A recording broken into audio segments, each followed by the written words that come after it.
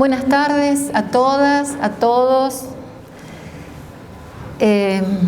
Nuevamente decirle, bueno, a muchos ya las he visto, y la alegría de estar compartiendo aquí junto a ustedes en esta bellísima ciudad que hoy recorrí un poquito por la mañana, recorrí algún museo también, y quiero agradecer esta invitación a la Comisión Nacional de Energía Atómica, al CONICET, a la CONAE, a la Universidad Nacional de Río Negro, a Innova Río Negro, a la Municipalidad de Río Negro, al Ministerio de Ciencia y Tecnología e Innovación, y también a mis compañeras, compañeros, colegas.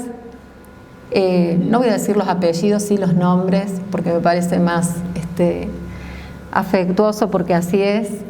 Astrid, Karina, Sandra, Emilce, Belén, Genaro, y bueno, todo el equipo, el gran equipo de este sueño, de este proyecto que es MUTEC, el Museo Tecnológico Interactivo de Ciencia, Ambiente y Sociedad. Yo creo que cuando se proyecta el nacimiento de la llegada de un museo, es algo auspicioso para una comunidad. Por lo menos para quien viene desde ese lugar, siento que es algo grato, y que también es algo que da optimismo a esas comunidades. Así que para mí es un placer estar hoy compartiendo este proyecto que es de ustedes, y que mejor todavía sería que las propias comunidades también se hagan, vaya la redundancia, se apropien de ese proyecto, de ese sueño. Antes de comenzar a hablar, deseo dejarles un poema de Alejandra Pizarnik, que justamente en estos días se cumplen 85 años, si no me equivoco, de su nacimiento, una poetisa argentina. Un breve poema que se llama La palabra que sana.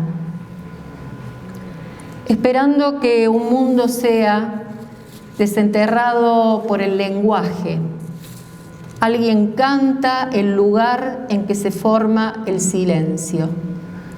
Luego comprobará que no porque se muestre furioso existe el mar, ni tampoco el mundo. Por eso, cada palabra dice lo que dice, y además, más y otra cosa. Mi charla, Museos, el poder de la educación para el bienestar común. El poder de los museos. ¿Por qué pienso en ese poder? Primero, es un tema que fue propuesto en el año 2022 por el Consejo Internacional de Museos, en el Día Internacional de los Museos, que se celebra cada año el 18 de mayo, para desarrollar las diferentes actividades desde todas las instituciones museológicas del mundo. Y en este 2023 lo que se nos propuso es enfocar nuestras acciones en torno a la sostenibilidad y al bienestar en nuestros museos.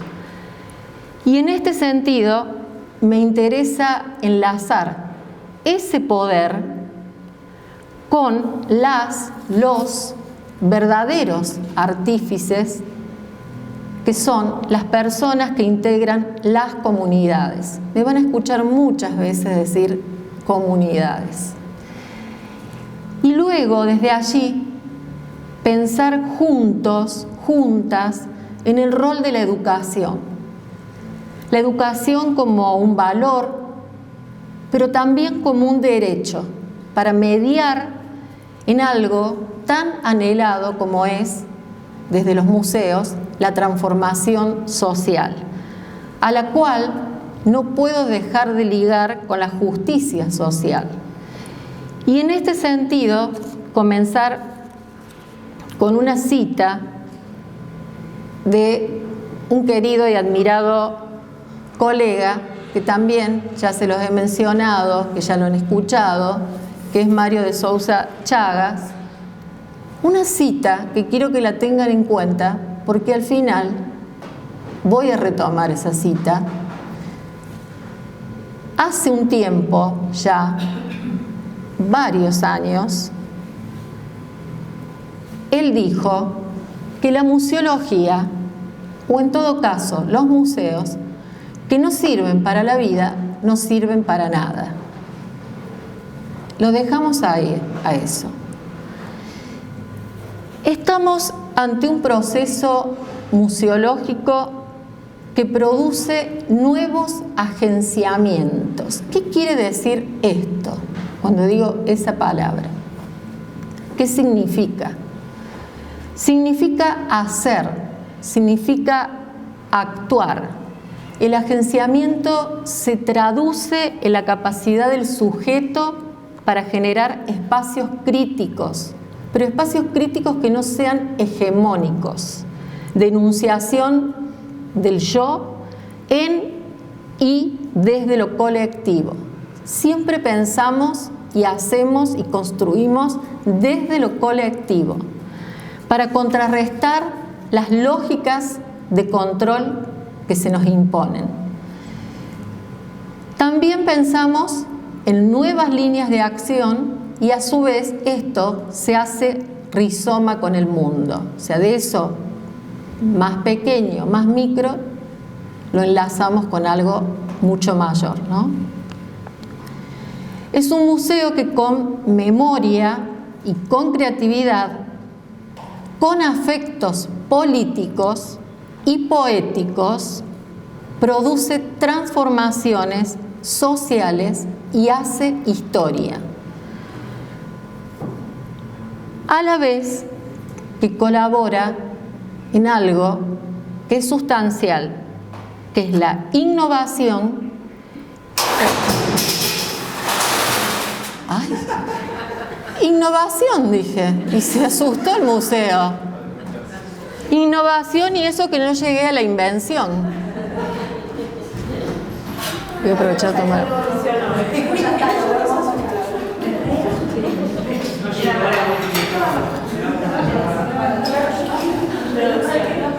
Me sirvió para tomar agua, chicas. Tranquila. Bueno, hablábamos de innovación.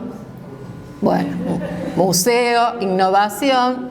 No había llegado todavía a la invención de conceptos y también de prácticas que sean novedosas, ¿no? No siempre quedarnos ahí en lo mismo, sino que la creatividad debe generar todo esto que estamos hablando, ¿no? Bueno, ¿a qué me refiero? A una museología, ¿no?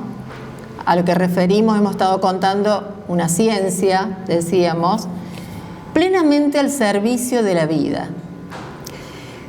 Porque también hay un filósofo como Ulpiano que dice que la filosofía, el arte y la ciencia o el pensamiento son fuerzas que prestan servicios prácticos a la vida. Nada más. Servicios prácticos a la vida. Esto, y solo esto, es lo que da sentido a la museología social. Para concluir en este punto que estamos hablando ahora, que estamos viendo, es importante reconocer que la llamada museología social,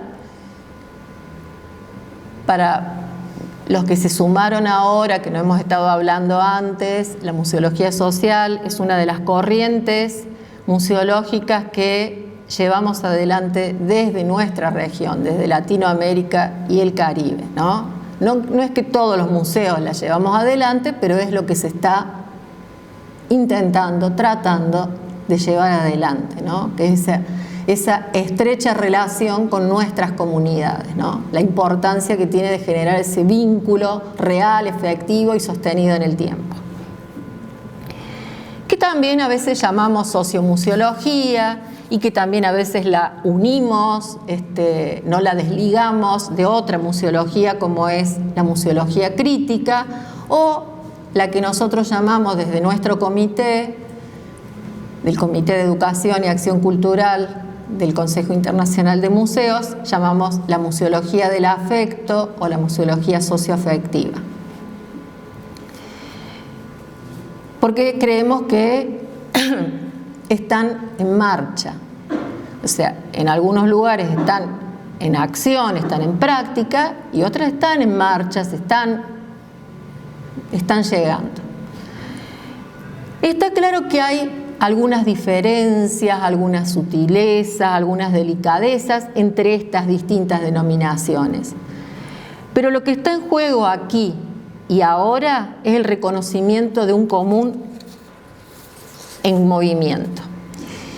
Y en ello es que podemos situarnos dentro de la museología social, como venimos diciendo, y lo voy a repetir muchas veces, porque bueno, soy militante de esta museología, ya que esta lo que hace es aludir a cimentar en consonancia con el camino de esa justicia social que mencioné hace un momento, y también algo que ustedes mencionaron recién en ese proyecto, que hablan de la inclusión. Pero hablamos, dentro de esa museología social, hablamos de la inclusión plena, no de la inclusión a medias, porque eso no es inclusión. La inclusión plena es incluir a todos los sectores de la sociedad. Difícil, pero no imposible. Hablamos de la pluralidad de voces, o sea, escuchamos a todas las voces, aunque esas voces no concuerden con lo que nosotros intentamos decir, intentamos mostrar, o con nuestras narrativas, con nuestros discursos, ¿no? Donde el museo debe comprender que hace tiempo ya no tiene el monopolio de los conocimientos, no tiene el monopolio de los saberes, como hemos dicho tanto tiempo, o creímos durante tanto tiempo, que nosotros, desde los museos, somos quienes tenemos el saber. No. El saber es construido y es construido junto al otro.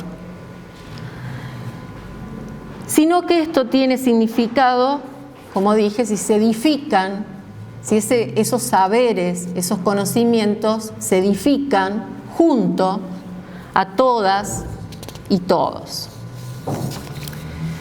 Sujetos, ¿no? Los sujetos sociales. Me gustaría pensar con ustedes de qué hablamos cuando mencionamos la palabra poder. Muchos, muchas, pero sobre todo muchos, más que muchas, se han referido desde la filosofía sobre este concepto. En mi caso soy una lectora y una seguidora y analizo bastante y bueno, y porque en educación estudiamos bastante y en todas las disciplinas, ¿no?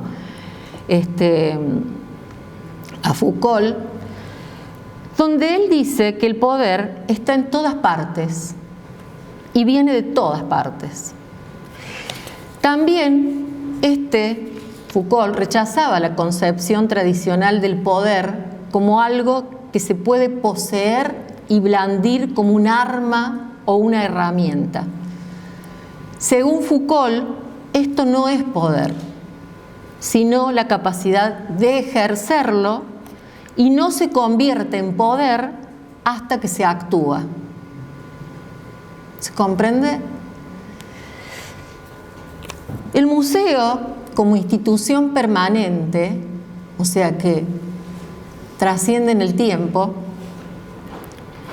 ha dado forma, razón, también ha dado sentido a acciones que son, creemos, significativas. Muchas de esas acciones que creemos, algunas de ellas significativas y otras creemos a revisar. Un museo que no se revisa, que no se mira a sí mismo, no avanza. Esas que trascienden por medio de un valor medular y un derecho sustancial para la vida, como lo es la educación. Como lo he venido diciendo, creo que la educación es transversal a todas las áreas de un museo. Paulo Freire nos habla de la educación como un acto político. Esto lo deben haber leído, escuchado millones de veces. Jamás perderá vigencia. Y esto es axiomático. Como también es indudable que el museo, como organización política, educativa también y cultural, ha posibilitado, particularmente desde las áreas educativas o espacios educativos, desplegar, articular diferentes modos, diferentes maneras de comunicación, así como establecer rituales estables y de contacto real, efectivo y también emotivo con sus públicos y especialmente como las que menciono permanentemente, sus comunidades. Incluso pensando y sabiendo que no es con, sino junto a ellas, como artífices de cualquier lógica de construcción del museo. Perdón que voy a tomar un poquito de agua, por si se cae otro cartel. Para ello, las educadoras, los educadores, han forjado en distintos momentos, y lo continúan haciendo hasta la actualidad, grandes esfuerzos. Estoy hablando de las educadoras, los educadores de los museos, ¿no? ¿En pos de qué? En pos de una multiplicidad de contenidos y de la aplicación de tácticas o de estrategias, hasta con el tácito objetivo, ¿no?, de hacer ¿qué del museo? De popularizarlo. Es decir, de generar un ámbito de reivindicación de sectores sistemáticamente marginados y de luchas históricamente invisibilizadas, donde se diera y se dé algo que ya mencioné, la trascendental justicia social. Esa que propugnamos desde la museología social, en Latinoamérica y el Caribe puntualmente. Esa donde la primacía está enfocada en la fuerza de lo inclusivo y representativo. ¿Pero en qué sentido? Atendiendo a las diversidades en plenitud. El museo entonces, como ese lugar, ¿no?, como ese lugar, saliéndonos de la institución, porque sabemos que es una institución, pero como ese lugar que puede dar cobijo también, albergando todas las voces, todas las miradas, todo el hacer colectivo.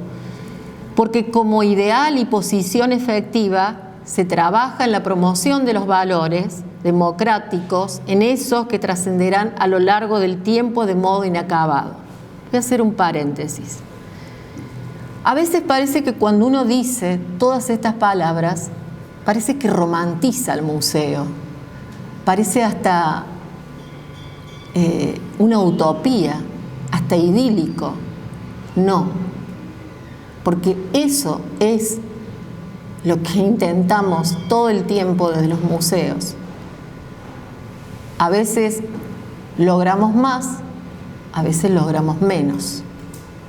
Pero en ese sentido trabajamos desde los museos. educadores y educadoras, pero trabajadores y trabajadoras de los museos, ¿no? Yo estoy hablando de educación, por eso me refiero a los educadores y educadoras, pero yo soy una trabajadora de los museos, ¿no? En esa posición me pongo, ¿no?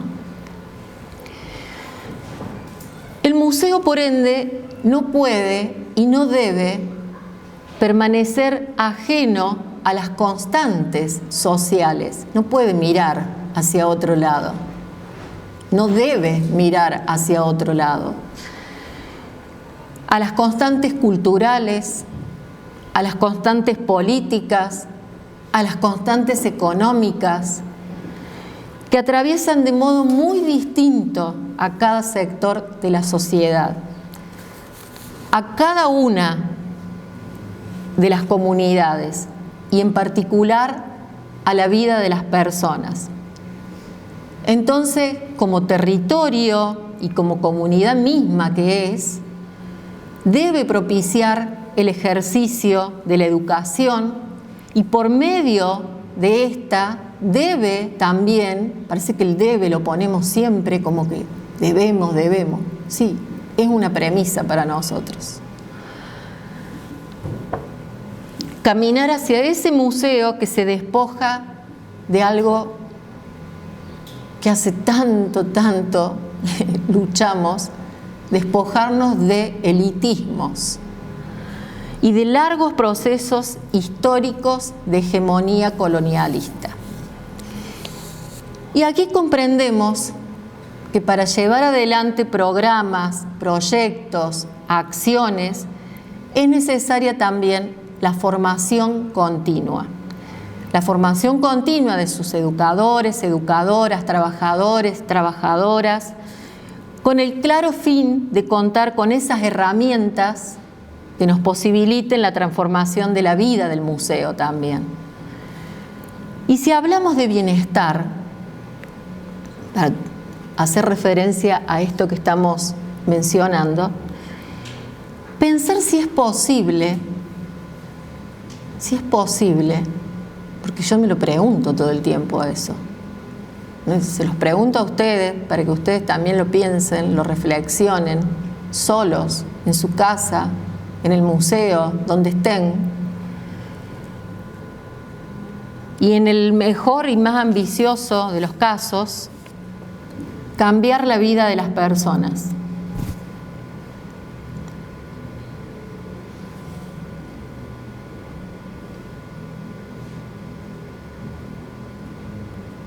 ¿Sí? ¿No? Ambicioso. Imposible. Posible. Factible. Utópico. Bueno, yo tengo dos grandes signos de pregunta. Para mí. Los tengo para mí.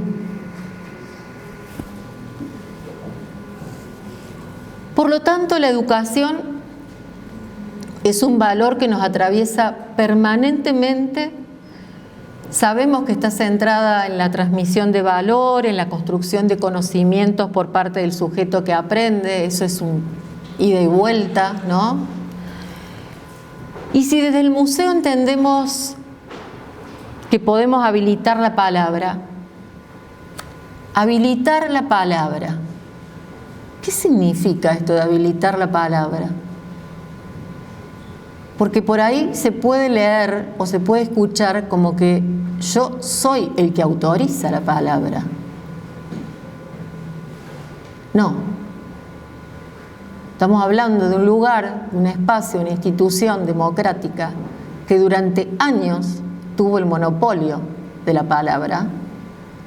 Entonces, hoy estamos repartiendo la palabra, la estamos democratizando la palabra, abrimos la puerta para incluir y donde todas las palabras valen, donde todas las miradas valen, aunque sea muy contraria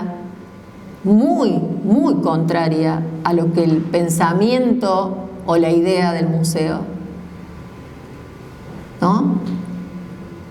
Habilitamos,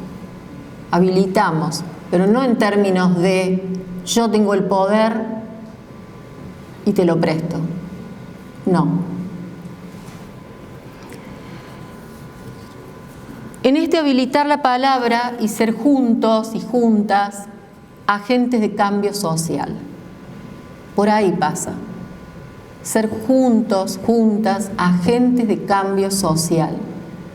Pero no en lo discursivo, porque en lo discursivo suena muy bonito. No en lo discursivo, no, en la práctica, en el ejercicio. La educación siempre tiene que ser ese valor que nos trascienda como seres humanos y nos posicione frente a la tarea que desarrollamos en el museo, nos implique con nuestras comunidades y podamos construir el sentido de ciudadanía en el territorio. Porque cuando yo digo eso, no me quedo dentro de las puertas, no me quedo dentro de las paredes del museo. Estoy hablando que abrí la puerta, abrí las ventanas, salté esos muros. El territorio es todo, el territorio es el museo. Es todo, ¿no? Y ese territorio tiene comunidades y el museo no es mío. El museo no es tuyo, no es tuyo solamente, el museo es de todos y de todas. Simplemente los que trabajamos en los museos estamos custodiando. Siempre hablamos de somos custodios del patrimonio. Sí, custodiamos el patrimonio del Estado nacional, del Estado provincial, del Estado municipal. Pero el patrimonio, en términos, bueno, yo siempre hablo del patrimonio social, no hablo ni de material ni de inmaterial. Es de todos y de todas. Porque ¿qué sentido tendría si digo que el patrimonio es mío? Yo lo cuido, es mío. No, es de todos, de todas. Esto dependerá justamente del lugar que le otorguemos a esos patrimonios. Y acá voy a tomar, porque como a mí mucho no me gusta decir la palabra patrimonios, soy un poco rebelde, y voy a tomar lo que dijo Mario Chagas en México el año pasado cuando estuvimos, y él habla de herencia fraterna. Y díganme que no es otra cosa. Herencia fraterna. ¿Por qué? Porque albergamos y el compromiso que asumamos para que esas comunidades se reconozcan en ese proceso identitario. Tiene que ver con eso. Tiene que ver con una identidad individual, yo me reconozco, y en ese ida y vuelta hay una identidad colectiva. No estoy solo, es la identidad individual, pero en función de un colectivo. Y aludiendo al tema del bienestar común, luego de la pandemia que vivimos a nivel global, aunque ya la palabra no la queremos ni nombrar, como que ya no la queremos decir, pero ha sido una realidad y cómo la vivimos los museos, cómo la vivimos los trabajadores, las trabajadoras, con todas las dificultades, ¿no? ¿Cómo lo definimos, no? ¿Cómo lo definimos al bienestar común? Pensando en función de ello. El bienestar tiene que ver con el estado de la persona cuyas condiciones físicas y mentales le proporcionan un sentimiento de satisfacción y de tranquilidad, antes que nada. Y el bienestar social tiene que ver con el conjunto de factores que permiten mejorar las condiciones materiales de vida de la población e incrementar su calidad de vida. Creo entonces que educar a partir de este bienestar común y este bienestar social es armonizar los sentidos para que se produzcan transformaciones en las formas de pensar, en las formas de actuar, de educar y por lo tanto esto es provocar cambios de actitud. Ya sé, no es tarea fácil. Para eso hay que hacer un ejercicio. Cambios de actitud. O como expresa Freire, la educación connota un proceso de revolución en la cultura. Revolución. Cambio de actitud. No se cayó el cartel, ahora tenía que caer. No, déjalo. ¿Querés que lo tiremos? Para que hablemos de la incidencia plena que tiene la educación en la transformación, es oportuno que pensemos en el adentro de la institución, un ratito. Es decir, en lo que respecta a los temas de formación que se pueden entender como pendientes y resultado entre teoría y práctica, y en particular en tiempos de alta complejidad en diferentes órdenes, y creo que la asignatura a partir de la pandemia que refiere a la cibercultura ha sido un punto de inflexión a partir de las brechas digitales que hemos vivido estos últimos años. A lo que cabe preguntarnos con esto, ¿qué ofrecemos a estas sociedades que nos demandan otras acciones en respuesta a sus realidades? Y más aún, ¿cómo lo hacemos en situaciones que entendemos de vasta inequidad?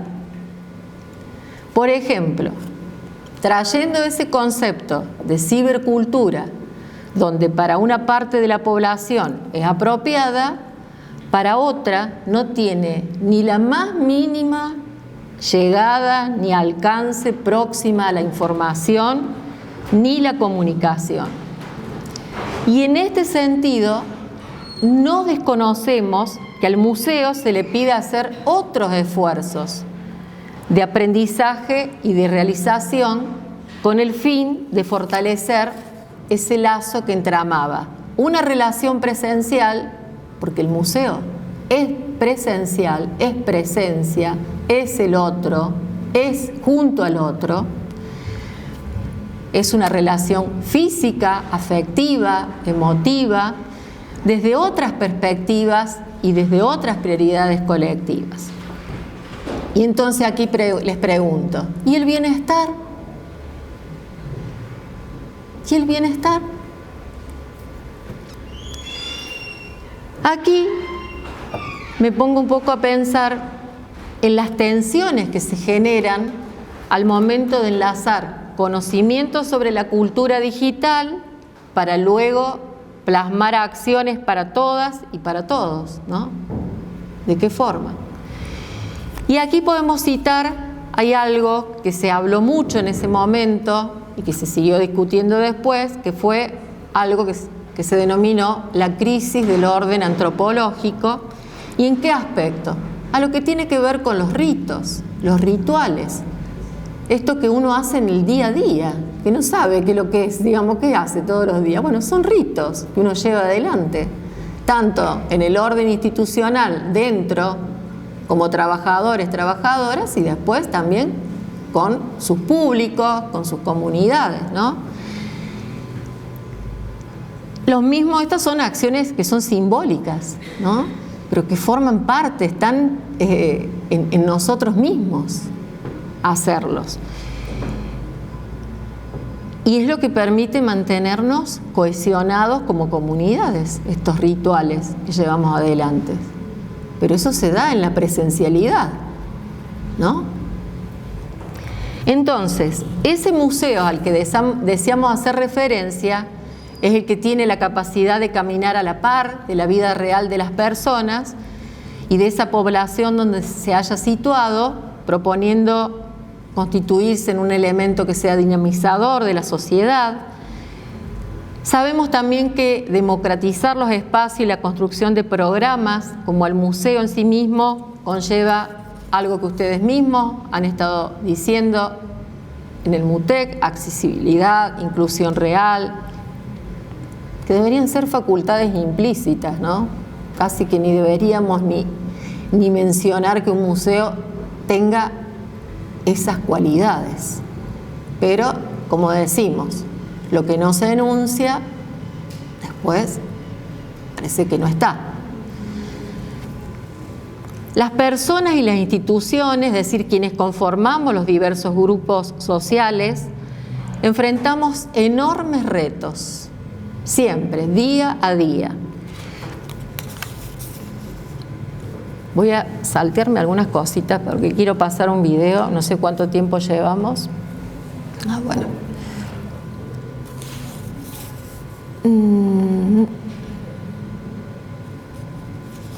Me estoy salteando cosas, ustedes no se preocupen. También podemos hablar cómo se da el proceso educativo, tanto los educadores y educadoras, y en esto me voy a detener en algo que me parece sustancial y que se los quiero mencionar, que es la creatividad. Hay estudios realizados de un investigador argentino del campo de la educación, es sociólogo, pensador, Adrián Escribano. Él dice que la creatividad está estrechamente conectada a imaginar, jugar, experimentar, que crear es intervenir y transformar la realidad, que los actos creativos son actos sociales y que siempre que lo hacemos con el otro. También nos dice que no hay nada más demandado que la creatividad y nada más recortado que los espacios de creatividad en las instituciones. Por eso enfatizo fuertemente la construcción que llevan adelante los espacios educativos, educadoras y educadores. Creo que allí está el qué de la cuestión, ¿no? Y si volvemos al inicio, es decir, al poder, a la potencia, a la fuerza de los museos, y si este está en todas partes y viene de todas partes, claramente podemos decir que el poder está en los educadores, educadoras de esos museos y en sus comunidades, en los trabajadores y las trabajadoras de esos museos y sus comunidades. La fuerza, la potencia está en fortalecerse en la formación continua como profesionales para tener la convicción y la decisión de trabajar en construir un museo más humano, sumamente necesario en estos tiempos. El poder es la fuerza indiscutible para la acción conjunta, el poder es el querer construir juntos y juntas para cambiar, movilizar el mundo y sus realidades adversas. Acá vamos a parar y vamos a ver un video.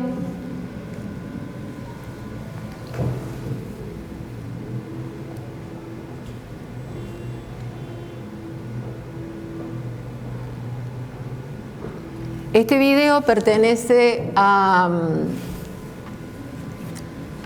programa Cultura Mayores en Acción.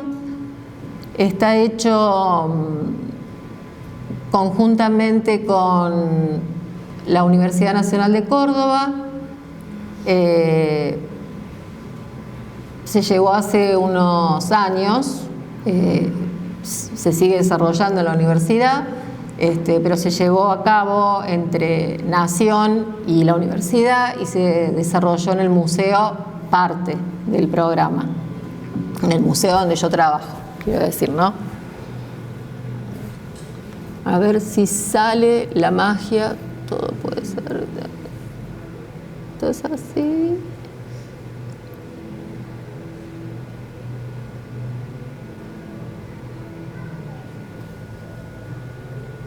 ¿Sonido tiene?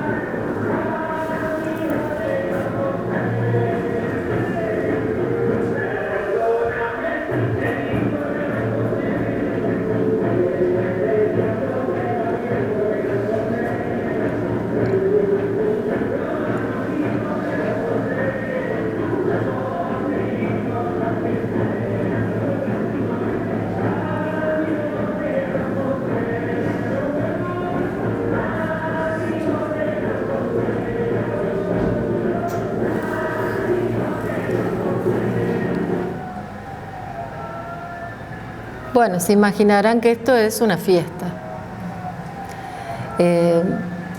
Es una jornada durante todo el día, pero esto hay todo un trabajo previo, porque esto hay ensayos, hay encuentros, estos son los adultos mayores, las adultas mayores,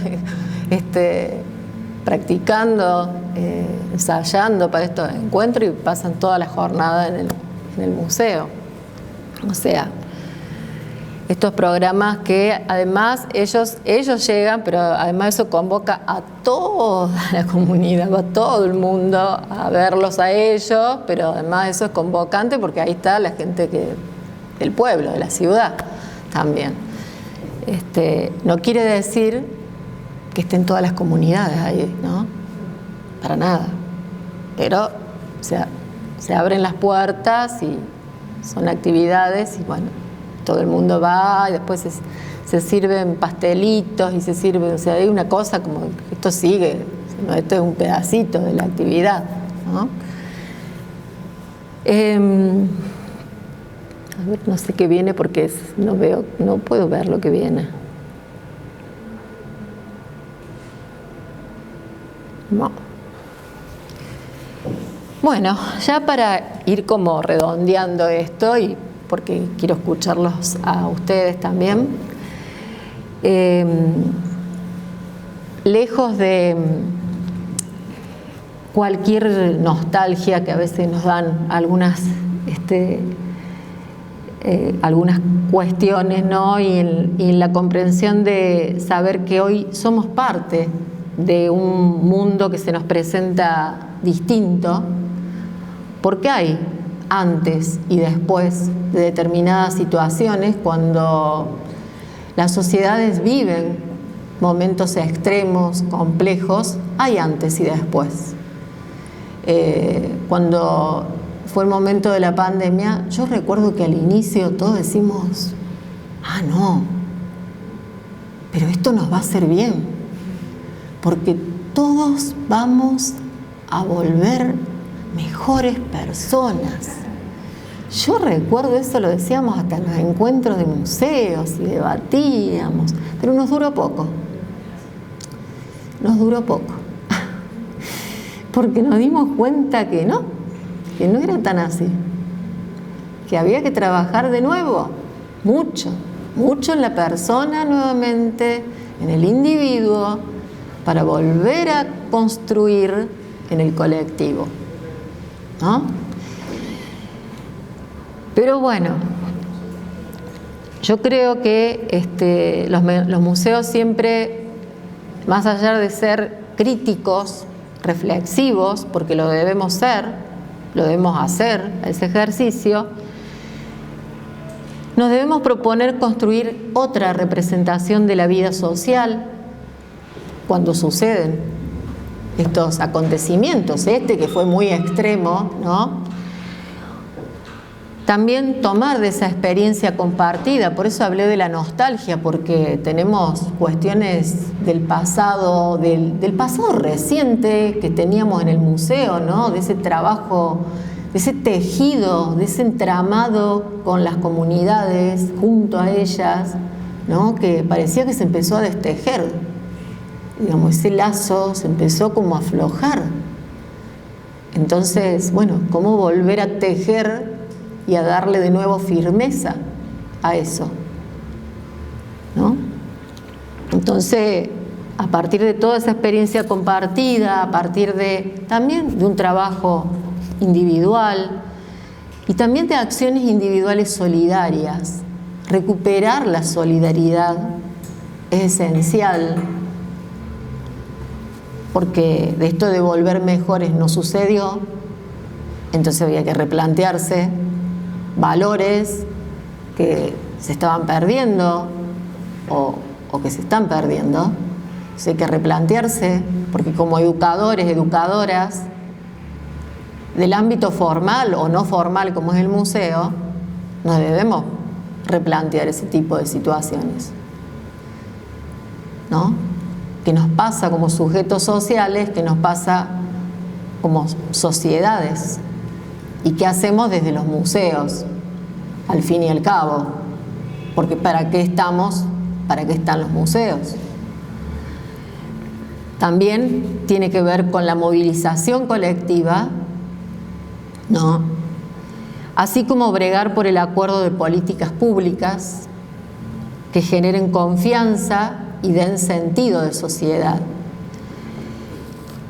Y para cerrar, quiero compartir palabras nuevamente de Mario Chagas, porque yo se las mencioné al comienzo y les dije que Mario dijo hace ya varios años que el museo que no sirve para la vida no sirve para nada. Pero ahora Mario Chagas es el representante en nuestra región, el propulsor y además el que lleva la bandera y la lleva adelante, la llevó adelante en las favelas en Brasil, de la museología social, comunitaria. Y él dijo que él cambió sus palabras y las cambió a partir de que lo que nos sucedió, lo que nos pasó como sociedad.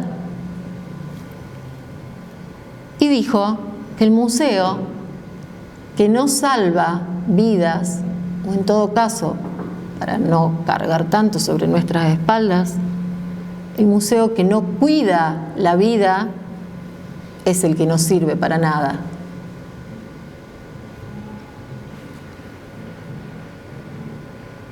Nada más. Muchas gracias a todos y a todas. Esa es la frase que está en todas mis redes, porque forma parte del texto mayor. Bueno, la definición de museo habla de la diversidad. La diversidad significa la inclusión de todas, todos, todes.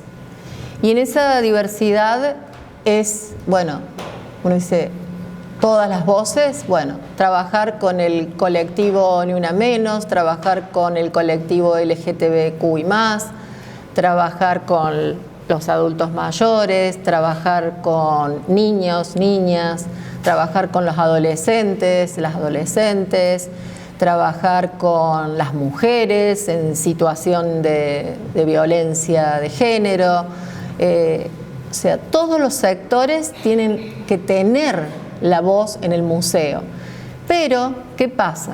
A ver, no es que el museo arma un proyecto y dice, bueno, a ver, voy a un lugar donde sé que en este lugar, esta población, están pasando por tal cosa, una comunidad donde las mujeres sufren violencia de género, bueno, no es tan así. No es que podemos hacer eso y caer con... No.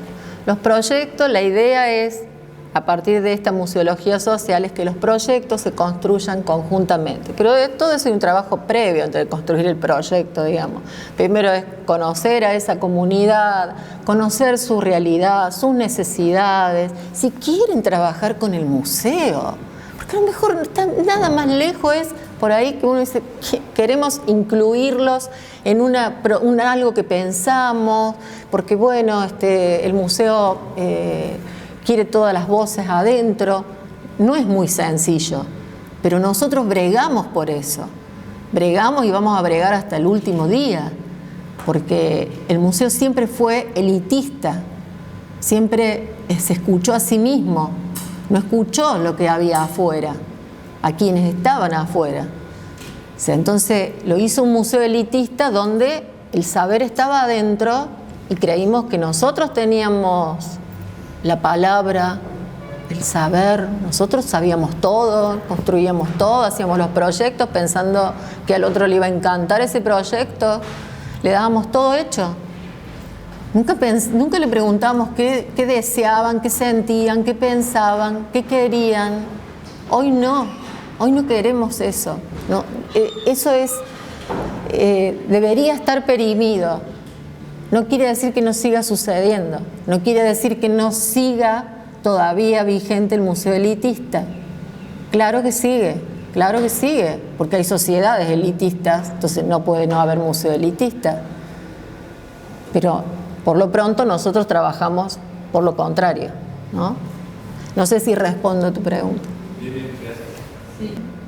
Es una decisión a tomar. Por supuesto que uno dice, y bueno, vamos a escuchar esa voz, vamos a escuchar.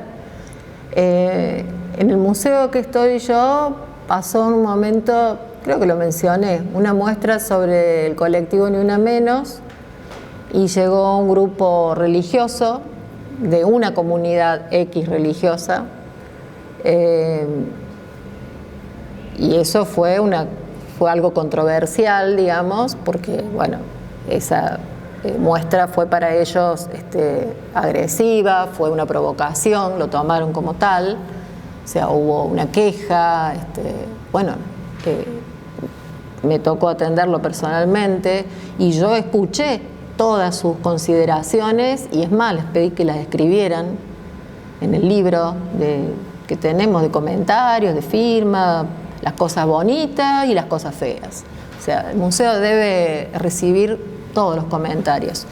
En este caso era eso, o sea, ellos no iban a trabajar con el museo, sino que vinieron a ver el museo y se encontraron con eso y eso fue, que lo manifestaran, que lo dijeran y sí, hicieron un escrito, lo firmaron todos y está ahí, no se arranca la hoja cuando ellos se van porque escribieron eso, no, eso queda ahí, es la expresión de una persona, de un grupo que piensa totalmente opuesto a lo que piensa el museo, porque un museo jesuítico piensan que nosotros no es un museo jesuítico, no es de los jesuitas, fue un casco de estancia jesuítica, pero hoy es un museo nacional, no tiene nada que ver con los jesuitas, digamos. Se interpretó así, pero dimos la voz. Pero también es cierto que el museo toma decisiones. Y yo lo he dicho, creo que lo dije ayer, pero si no lo dije, lo digo hoy. El museo no es neutral, eso está muy claro. El museo es un espacio político, lo dije ahora. El museo toma decisiones, tiene una ideología, que no estoy hablando de ideología partidaria, ¿no? A veces se entiende porque por ahí uno dice, bueno, no, tiene una ideología, tiene un sentido de lo que quiere contar, mostrar, cómo lo quiere contar y mostrar, pero como hoy hablamos de una construcción junto al otro, entonces hoy contar y mostrar lo va a hacer en función también de lo que diga el otro, no lo va a hacer en función de lo que piense el otro. Pero nada es inocente. Nada es inocente. Todo lo que yo muestre, cuente, siempre lo hemos hecho con intención. ¿Y eso ¿no? está explicitado y está? Sí. Ya el punto de partida es incluirlos a contarles el proyecto, por lo menos. Ya desde ese momento, del momento inicial, porque cuando vos a las personas los llamás cuando ya el edificio se esté construyendo, ya ahí ya estamos dejándolo fuera. A las comunidades se las llama desde el inicio. No estamos diciendo que la comunidad, ya hay un proyecto realizado, ya hay un proyecto bosquejado, ya hay instituciones que están trabajando en ello, pero al menos convocar a las comunidades, ¿no? Así, bueno, hoy ustedes están haciendo charlas de este tipo, pero hacer algo de carácter mucho más informal, distendido quizás, reuniones, no sé cuánto se involucran las comunidades. Ese es otro tema, porque a veces las instituciones espantamos, o sea, no atraemos. Entonces, ¿cuánto podemos convocar? Bueno, intentaremos con una primera reunión, intentaremos con una segunda, no funciona, y bueno, habrá que ir pensando segundas, terceras, quintas estrategias, distintas formas. Pero creo que involucrar a las comunidades del momento inicial es fundamental. Porque cuando ya el proyecto está en marcha, cuando ya la cosa está cocinada, y es como que, y bueno, yo, ya qué te puedo decir, yo ya no me siento como muy parte de esto. Entonces cuando la gente dice, bueno, me están contando, hoy acá Sandra estuvo contando, estuvo mostrando. Yo no sé cuántas personas, conozco acá a los compañeros que vi ayer, bueno, creo que ustedes son no sé si son de acá de Bariloche, bueno, el señor que vino ahora, yo no sé cuánta la comunidad, o cuánta difusión tiene este proyecto. Para mí que ahí es donde está o sea, creo que es una súper herramienta del arte, porque desde la imagen, desde la música, desde vos desestructurás y también como se vuelve todo más amable, y puede ser súper serio también, no hace falta que sea como... Por eso, bueno, ¿qué difusión tiene qué difusión tiene esto? Por ejemplo, el proyecto, ¿qué alcance tiene a la sociedad? ¿Cómo se difunde? ¿Cómo le llega a la sociedad esto? ¿Cómo? Mira lo dificultoso que es incluir a los adolescentes. Mira de quiénes estamos hablando.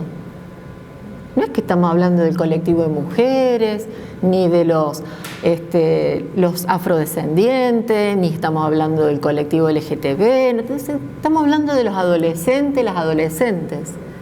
Museo con el que hables, encuentro que vayamos, vas a escuchar siempre ese tema.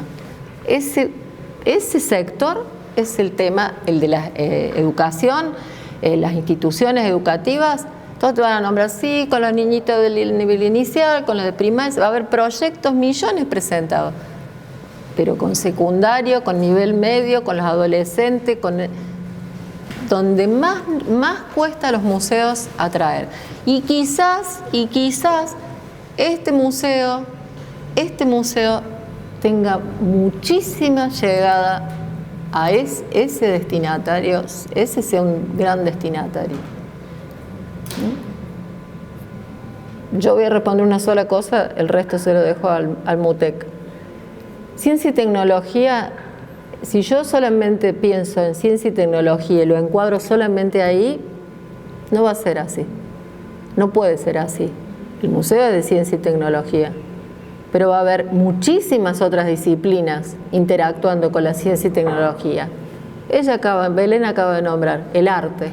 El arte hoy es una de las disciplinas que nosotros en todos los tipos de museos aplicamos para llegar a las distintas sociedades, a las distintas comunidades.